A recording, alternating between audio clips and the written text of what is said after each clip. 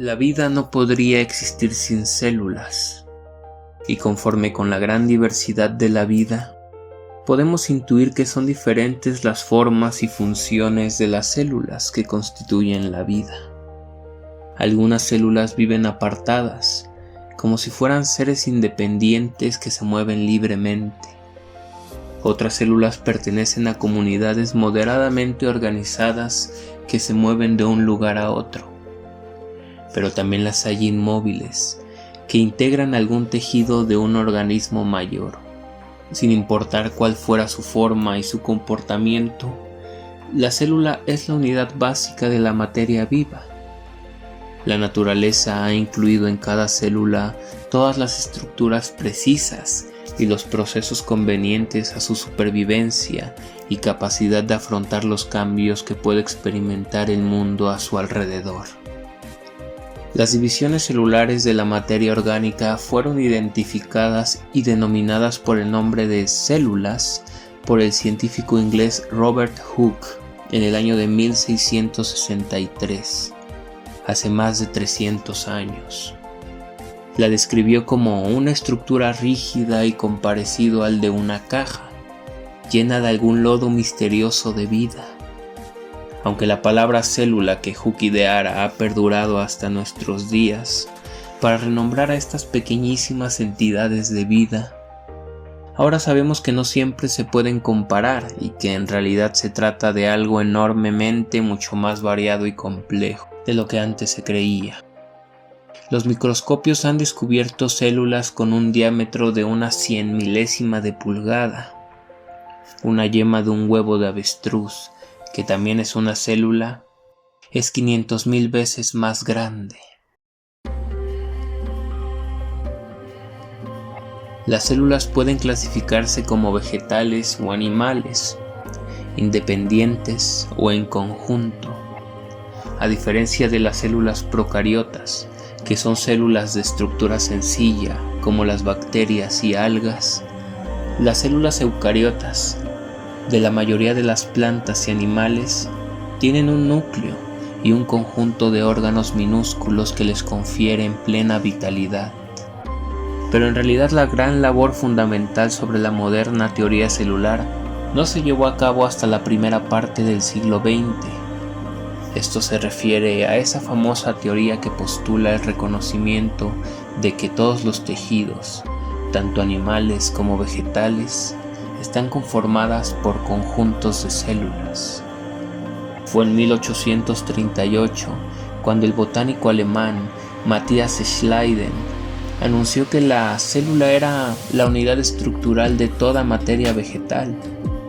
Un año después, en 1839, su compatriota Theodor Schwann afirmó que las células son organismos vivientes y los animales y plantas completos son compuestos por dichos organismos y están dispuestos con arreglo a determinadas leyes.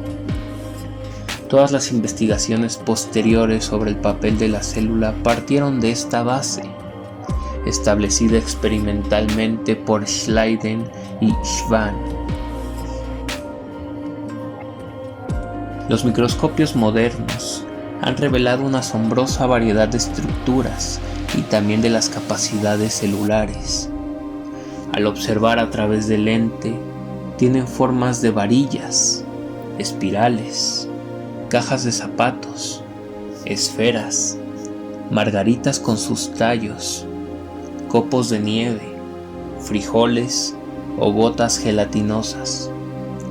A veces estas formas dependen del tipo de ambiente, como es el caso de las células rectangulares encerradas en el tallo de una planta, o en los huevos flotantes, esféricos de algunos animales marinos.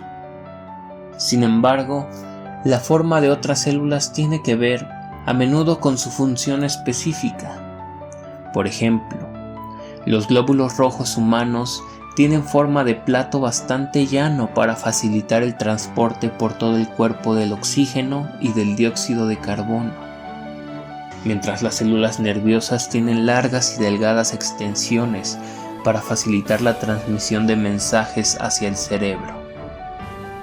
Las células pueden ser autónomas y capaces de llevar una existencia independiente.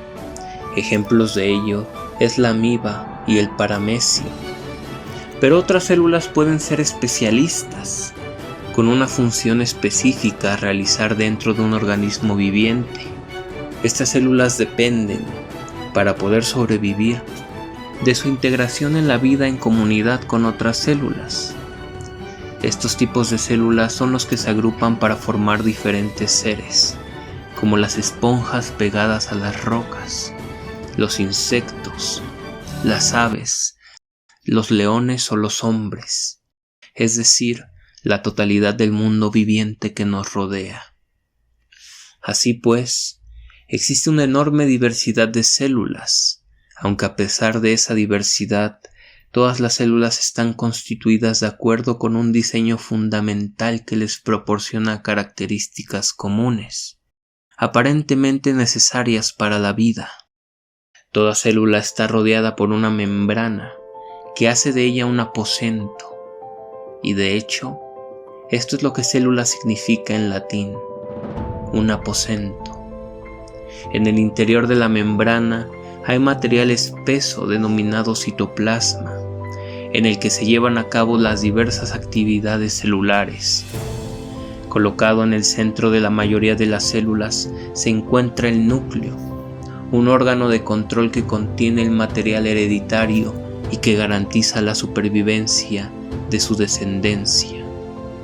Para poder comprender la naturaleza de una célula como unidad independiente y a la vez su papel en los procesos vitales de los organismos superiores, es forzoso estudiarla a varios niveles.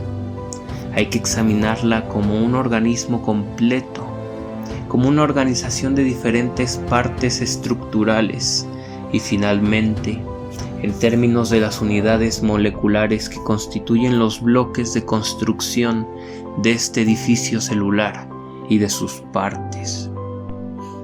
¿Qué clase de equilibrio de fuerzas tan sensible es el que mantiene la integridad de los organismos superiores?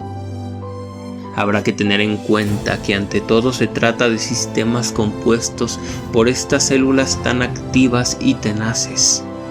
Se calcula que el cuerpo humano adulto está compuesto por 100 billones de células, cada una de las cuales está sujeta a las reglas y lineamientos del grupo. No obstante, cada célula continúa siendo severamente individualista y puede excitarse y transgredir las leyes. Un ejemplo de este comportamiento antisocial se manifiesta en el cáncer, que introduce subrepticiamente una especie de ley anárquica formada por un conjunto de células errantes. Es más frecuente que las cosas funcionen suavemente, lo que habla en favor del buen mecanismo de control del organismo. Somos más o menos las mismas personas que fuimos ayer, gracias a que se ha mantenido una cierta disciplina celular, lo cual no quiere decir que sea una disciplina rígida. Todos los organismos deben llevar sus libros biológicos con balances bien equilibrados a lo largo de todo su ciclo de vida, puesto que el organismo humano muere en unos 50 millones de células por segundo, las cuales son reemplazadas por el nacimiento de otros 50 millones de células. En general, organismos sobreviven porque se comportan de un modo blando y adaptable, o en otras palabras, librándose de los ataques, evitando impactos, cediendo a diferentes fuerzas externas y escabulléndose de los obstáculos. La vida se compara a la llama de una vela. Los fenómenos que tienen lugar en el interior de la llama son muy complejos. El proceso de la combustión implica un continuo juego de moléculas, una continua aportación de combustible y una constante transformación de energía. Sin embargo, una misma flama no es siempre igual. La materia que constituye la llama en un determinado momento ha desaparecido y ha sido sustituida por una nueva materia que ahora la aviva. En este corazón flameante y luminoso de actividad química, lo que persiste no es la sustancia, sino la forma. La vida persiste de un modo similar, aunque ciertamente mucho más complicado.